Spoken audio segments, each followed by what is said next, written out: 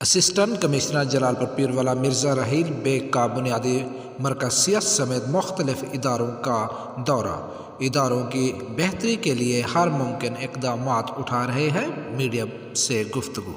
Assistant commissioner Jalalpur Pirwala Mirza Raheel Baig کا بنیادی مرکزیت علی پور سادات کا سرپرائز وزٹ، ہسپتال میں موجود ایمرجنسی روم، وارڈ روم اور ڈسپنسری کو چیک کیا، ادویات کے سٹاک کا جائزہ لیا۔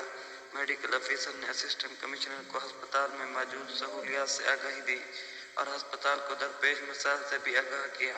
اسسٹنٹ کمشنر نے میڈیکل افیسر کو عوام کے لیے سہولیات کو مزید بہتر کرنے کی ہدایت کی، صفائی اور ویکسینیشن کے مراحل کو ترجیحاتی بنیادوں پر فراہم کرنے کو کہا۔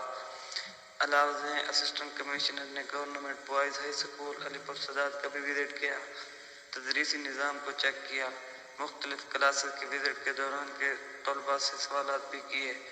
میڈیا بریفنگ کے دوران اسسٹنٹ کمشنر مرزا رحیل بیگ کا کہنا تھا کہ میری بھرپور کوشش ہے کہ جلال پور کے اداروں کو ہر صورت بہتر کیا جائے، اس کے لیے اقدامات اٹھا رہے ہیں۔